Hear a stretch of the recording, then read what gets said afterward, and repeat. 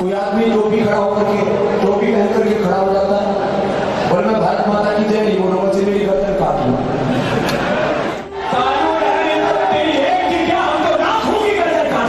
बाबा रामदेव ने ये कहा कि हम अगर नहीं होता है तो हजारों लोगों की सर कलम करने के लिए भी तैयार। नहीं, ये बात गलत है, ऐसा नहीं करना चाहिए। और मैं एक बात बता दूं, ये कौम सिर्फ अल्लाह से डरने वाली कौम है, किसी के बाप से नहीं डरती ये कौम।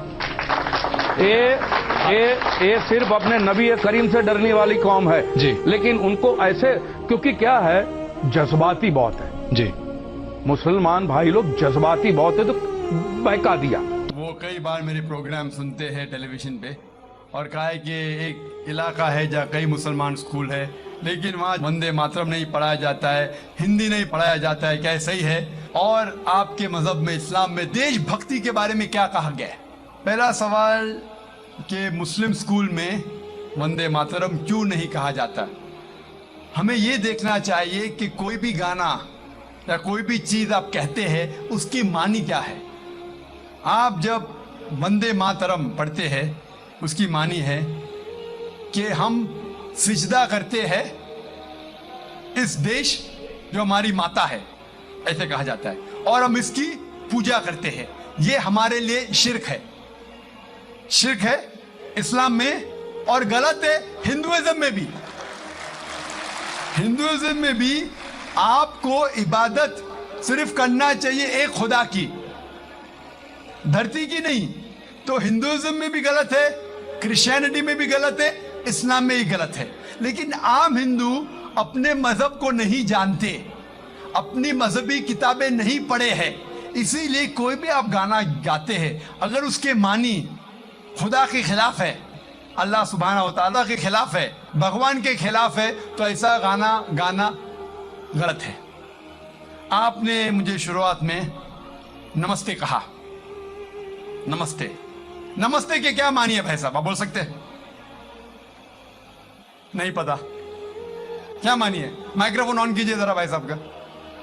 नमस्ते मतलब मैं सर झुका के मैं आपको नमन करता हूँ। हाँ, सर झुका के आप मुझे नमन करता हूँ, नमन करता हूं। सर झुका के, सर झुका के मुझे नमन करना शिर्क है, हराम है, प्रोहिबिटेड है। आप मेरे सामने भी सर नहीं झुका सकते, चाहे आप मुझसे मोहब्बत करते हैं, चाहे आप मेरी इज्जत करते हैं, फिर भी आप मेरे सामने सर नहीं झुका सकते। सर झुकाना चाहिए तो सिर्फ खुदा के सामने, अल्लाह के सामने, और मैं खुदा नहीं हूं। आप जानते हैं, आप मेरी इज्जत कर सकते हैं, मेरी बात जो मैं कहता हूं उसके ऊपर अमल कर सकते हैं, लेकिन आप मेरे सामने सर नहीं झुका सकते। इसीलिए मैं जवाब में आपको कहूंगा अस्सलाम वालेकुम, आप पे सलामती हो, आप पे सलामती हो। आप समझे ना? मैं आपके सामने झुक नहीं सकता हूं। ये सिर झुकेगा तो सिर्फ अल्लाह के सामने, सिर्फ खुदा के सामने। तो आपने बड़प्पन में मुझे कहा, लेकिन अगर गलत चीज कहा तो मैं वापस से जवाब नहीं दे सकता हूं, क्योंकि मैं जानता हूं जो लोग नहीं जानते वो ऐसे हरकत कर सकते हैं। मिसाल के तौर पे, एक महीना पहले मैं जब बॉम्बे एयरपोर्ट पे था तो एक औरत, हिंदू खातून, मुझे पूछी कि आप डॉक्टर जाकिर नाइक है? आयु डॉक्टर जाकिर नाइक? मैंने कहा जी हाँ। ओ, मैं आपका रोज प्रोग्राम देखती हूँ, मैं दुबई से 25 साल के बाद बंबई में आ रही हूँ, 25 साल के बाद हिंदुस्तान में आ रही हूँ। उसके सिर पे टीका था, हिंदू औरत थी, बोलती मैं आपके प्रोग्राम देखती हूँ और बहुत अल्हम्दुलिल्लाह तारीफ करने लगी। सारी तारीफ अल्लाह की है, मैं कुछ भी नहीं हूँ। और फिर कहने लगी कि मैं तुम्हारे पैर छूना चाहती हूँ। मैंने कहा कि ये गलत है, शिर्क है। तो बोले क्यों? वही जवाब मैंने दिया, आप जो भी कहो मैं आपकी बात मानूंगी। तो मैंने कहा आप कुरान मजीद पढ़िए, कुरान मजीद पढ़िए और इसके ऊपर अमल कीजिए। और मैंने एक तकरीर दी है,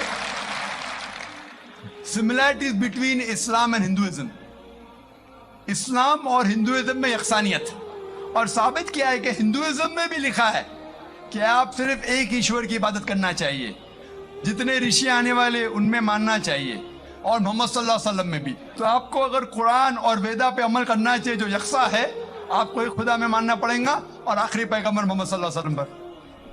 आपका और एक सवाल था कि क्यों नहीं पढ़ाई जाती है? हिंदी मुस्लिम स्कूल में क्यों नहीं पढ़ाई जाती है? कुछ स्कूल में हो सकता है, लेकिन मेरे हिसाब से अक्सर स्कूल में हिंदुस्तान में हिंदी पढ़ाई जाती। जो स्कूल मैंने कायम किया इस्लामिक इंटरनेशनल स्कूल, उसमें भी हिंदी पढ़ाई जाती है। ना ही हिंदी, मराठी भी, जो हमारे स्टेट लैंग्वेज है, हम पढ़ाते हैं, जोर देते हैं अंग्रेजी और अरबी पर। नंबर 1 अंग्रेजी अरबी, फिर उर्दू, हिंदी, मराठी, आगे चल के संस्कृत भी सिखाएंगे, संस्कृत भी, ताकि हिंदुस्तानी लोग जितने मज़ाहिब इस देश में हैं उसको समझे। मैं गवर्नमेंट से कहता हूं कि हिंदुस्तान में संस्कृत आम करो। संस्कृत आम करेंगे तो लोग वेदा पढ़ेंगे, पढ़ने के बाद हक के तरफ आएंगे और हिंदू मुस्लिम एक हो जाएंगे। हिंदी तो छोड़ो, संस्कृत, क्योंकि वेद संस्कृत में, हिंदी में नहीं है। हिंदू की जबान है संस्कृत, और मैंने तकरीर की है हिंदुइज्म और इस्लाम में यकसानियत। लेकिन आम हिंदू अपनी मजहबी किताब पढ़ा ही नहीं तो क्या जानेगा? तो मैं संस्कृत कोट करता हूं, फिर तर्जुमा करता हूं और कहता हूं कि आपको अगर लगता है कि मैं कुछ गलत कह रहा हूं, रेफरेंसेस देता हूं मैं। आपका आखिरी सवाल था कि इस्लाम में देशभक्ति के बारे में क्या कहा गया है। इस्लाम में कहा गया है कि सबसे पहले जो हमें बात मानना चाहिए वो हमारे खालिक की, बनाने वाले की, खुदा की, अल्लाह की, सबसे पहले। अगर अल्लाह की बात से कोई दूसरी बात टकराती है तो उसे छोड़ देना चाहिए। जहां तक कि मैं हिंदुस्तानी हूं और मैं गर्व से कहता हूं कि मैं फंडामेंटलिस्ट मुस्लिम हूं, I am a good practising Indian. Fundamentalist, बुनियाद परस्त मुस्लिम भी हूं और अच्छा हिंदुस्तानी भी हूं। मैं हिंदुस्तान के कॉन्स्टिट्यूशन को जानता हूं। हिंदुस्तान के कॉन्स्टिट्यूशन में एक भी चीज फर्ज नहीं है जो इस्लाम में हराम है, और ऐसी कोई भी चीज नहीं है जो हमें मजबूर करती है जो इस्लाम में हराम है। और हिंदुस्तान के कॉन्स्टिट्यूशन में, इंडियन कॉन्स्टिट्यूशन में ऐसी कोई भी हराम चीज नहीं जो इस्लाम में फर्ज है और इंडियन कॉन्स्टिट्यूशन में हराम है। तो मैं दोनों को साथ में लेके चलता हूं, लेकिन अगर टकराव होगा, मेरे हिसाब से I can be a very good Muslim and a good Indian. मैं अच्छा मुसलमान भी हूं और अच्छा हिंदुस्तानी भी हूं। लेकिन अगर आगे चल के, अभी तो कोई टकराव नहीं है, लेकिन अगर आप ऐसे देश में हैं जो देश का कानून अपने खालिक के कानून से टकराता है, तो खालिक का कानून ऊंचा है, खालिक का कानून ऊंचा है, खुदा का कानून ऊंचा है, अल्लाह का कानून ऊंचा है। फिर आता है देश। देश ने हमें, ठीक है, ये देश में हम जीते हैं, देश हमारे लिए फैसिलिटीज देता है, लेकिन हमें जान किसने दी? देश ने या खालिक ने? खुदा ने दी। ये हवा जो है, ये हवा के बिना 5 मिनट भी आप जिंदा नहीं रह पाएंगे। कितना? 5 मिनट भी नहीं जिंदा रह पाएंगे। किसने दी? देश ने या अल्लाह ने? खुदा ने। देश ने भी हमारे लिए अच्छे काम किए। मैं देश के खिलाफ नहीं हूं, मैं भी देशभक्त हूं। देशभक्त के मानी क्या? अगर आप बोलते हैं देशभक्त मतलब देश की इबादत करना, तो मैं देशभक्त नहीं हूं। अगर देश की तरक्की चाहता हूं, हाँ मैं हूं देशभक्त। तो देशभक्त की मानी क्या इंपॉर्टेंट है। अगर देशभक्त मतलब देश की इबादत करना, तो ये गलत है। इबादत सिर्फ मैं खालिक की करता हूं, अल्लाह की करता हूं, खुदा की करता हूं। लेकिन देश की भलाई चाहता हूं। अगर वो देश कोई कानून लागू कर रहा है, वो शरीयत के अंदर है, खुदा के कानून के दायरे के अंदर है, तो मैं उनके साथ हूं। कई चीजें इस्लाम में मुबाह है, ऑप्शनल है, और अगर देश उसे कहता है कि करो, तो मैं करूंगा। लेकिन अगर कोई देश, चाहे वो अमेरिका हो या यूके हो, वहां का कानून अगर इस्लाम के खिलाफ है, तो मैं उस देश के कानून के खिलाफ जाऊंगा, क्योंकि मैं सबसे पहले मोहब्बत करता हूं खालिक से, खुदा से, अल्लाह से, फिर अपने देश से। तो जहां तक के देश का कानून खालिक के कानून से नहीं टकराता है, हमें उस कानून पे अमल करना चाहिए। और मेरे नजरिए से एक भी हिंदुस्तान का कानून मुझे मजबूर नहीं करता इस्लाम के खिलाफ। इसीलिए मैं कहता हूं I am a very good practising Muslim fundamentalist Muslim, at the same time a very good practicing Indian. Hope that answers the question. अब चूंकि हमारे पास वक्त बहुत कम है, लिहाजा हम ज्यादा से ज्यादा और 2 सवालात रख सकते हैं या 2 राउंड पूरे कर सकते हैं इंशाल्लाह। तो हमारे ख्वातीन के शोबे में कोई अगर गैर मुस्लिम बहन है तो फौरन सवाल करें। No non-Muslims here. अच्छा, हमारे यहाँ कोई भाई हैं गैर मुस्लिम?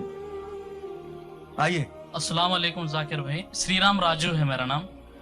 तो जो आप कॉन्सेप्ट आपका सुनता हूँ मैं, तो वेद, चतुर्वेद और भगवत गीता में जो कॉन्सेप्ट है एक अल्लाह का, तौहीद, रिसालत, आखिरत, यही कॉन्सेप्ट जो ना आप लोग पेश कर रहे हैं। तो जब ये कॉन्सेप्ट को इंसान सुनता है तो क्यों उन नाम चेंज कर लेना, मज़हब क्यों चेंज कर लेना? अगर सही एक है तो सब किताबों में भी एक ही है, तो नाम और जो है ना मज़हब क्यों चेंज कर लेना? और ये है कुछ हमारे साथियाँ इस्लाम कबूल करे हैं, वहाँ के मुसलमान लोग क्या बोल रहे हैं, ज़रूर तुम नाम चेंज कर लेना, मज़हब चेंज कर लेना, ऐसा करने से बहुत प्रॉब्लम्स हो रहे। तो वहाँ के मुसलमान जो है ना ये नाम को और जो है ना ये मज़हब चेंज करने के लिए बहुत ये कर रहे।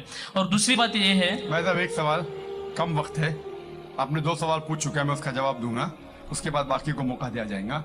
भाई साहब ने सवाल किया है कि अगर वेद में लिखा है तौहीद के बारे में, एक खुदा के बारे में, एक अल्लाह के बारे में और रिसालत के बारे में, तो मैं मज़हब चेंज करने की ज़रूरत क्या है?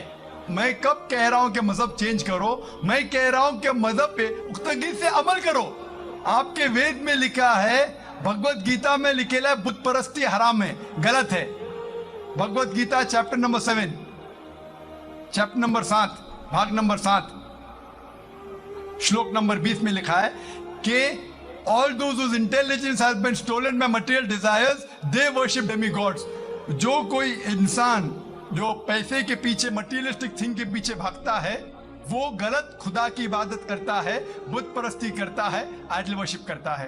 तो बुत परस्ती के खिलाफ कई श्लोक है आपके वेद में, भगवत गीता में। तो मैं कब कह रहा हूं कि मजहब बदलो? मैं कहता हूं कि हिंदुइज्म पे पुख्तगी से अमल करो और बुत परस्ती खत्म करो। उसके आगे लिखा है आपके वेद में कि कई ऋषि आएंगे, अंतिम ऋषि आएंगे, और लिखा है कि अंतिम ऋषि का जो भी कहना है उसे मानो।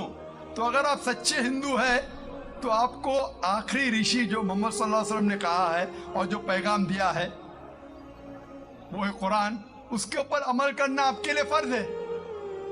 अगर आप नहीं करेंगे तो अच्छे हिंदू हो ही नहीं सकते। मैं कहाँ कह रहा हूँ कि आपका मजहब बदलो, मैं कह रहा हूँ मजहब पे पुख्तगी से अमल करो, और जब अमल करेंगे आपको मानने पड़ेगा एक खुदा में और आखिरी पैगंबर मोहम्मद सल्लल्लाहु अलैहि वसल्लम में और आखिरी पैगाम कुरान में। ये लिखा है क्रिश्चियन किताब में, जूइश किताब में, हिंदू किताब में भी। आपने कहा नाम बदलना जरूरी है, नाम बदलना जरूरी नहीं है। नाम से कोई मुसलमान नहीं बन जाता। मोहम्मद, जाकिर, सुल्तान, अब्दुल्ला अमल से बनता है, अमल से। अगर आप अपनी सारी रजा अल्लाह खुदा के हवाले करते हैं उसे कहते हैं मुस्लिम। आप अपना नाम बदलने से जाकिर, अब्दुल्ला, सुल्तान, शाकिर से मुस्लिम नहीं बन जाते। मुस्लिम बनते हैं आपकी सारी रजा अल्लाह के हवाले करना, फिर आप मुस्लिम बनते हैं। हिंदू के मानी क्या? Hindu is a geographical definition, geographical Ellaquai एतबार से डेफिनेशन है। जो कोई इंसान, जो कोई शख्स इंडस वैली के इर्द गिर्द रहता है, in the land of Indus valley, जो इंसान सिंधु नदी के आसपास रहता है उसे कहते हैं हिंदू। ये लफ्ज हिंदू सबसे पहले इस्तेमाल किया गया था अरबों ने जब इस देश में आए, तो हिंदू लफ्ज सबसे पहले इस्तेमाल किया था अरबों ने। तो ज्योग्राफिकली जो भी शख्स इस देश में रहता है उसे हिंदू कहते। तो ज्योग्राफिकली मैं हिंदू हूं, मजहबी एतबार से नहीं, ज्योग्राफिकली इलाके एतबार से। अगर आप कहते हैं कि हिंदू मतलब बुद्ध की पूजा करना, तो मैं हिंदू नहीं हूं। लेकिन इलाके एतबार से मैं इंडियन हूं, इलाके एतबार से मैं हिंदू हूं, और खुदा को मानने के एतबार से मैं मुस्लिम हूं, क्योंकि मैं सारी रजा अल्लाह के हवाले करता हूं। और इस्लाम में भी नाम बदलना फर्ज नहीं है, नाम बदलना फर्ज नहीं। अगर वो नाम शिरकाना है जिसमें शिर्क की बू आ रही है तो बदलना फर्ज है, वरना नाम बदलना फर्ज नहीं। आप अपना पुराना नाम भी रख सकते। अमली तौर पे आप अल्लाह की बात मानो तो आप अच्छे मुसलमान बनेंगे। Hope that is the question.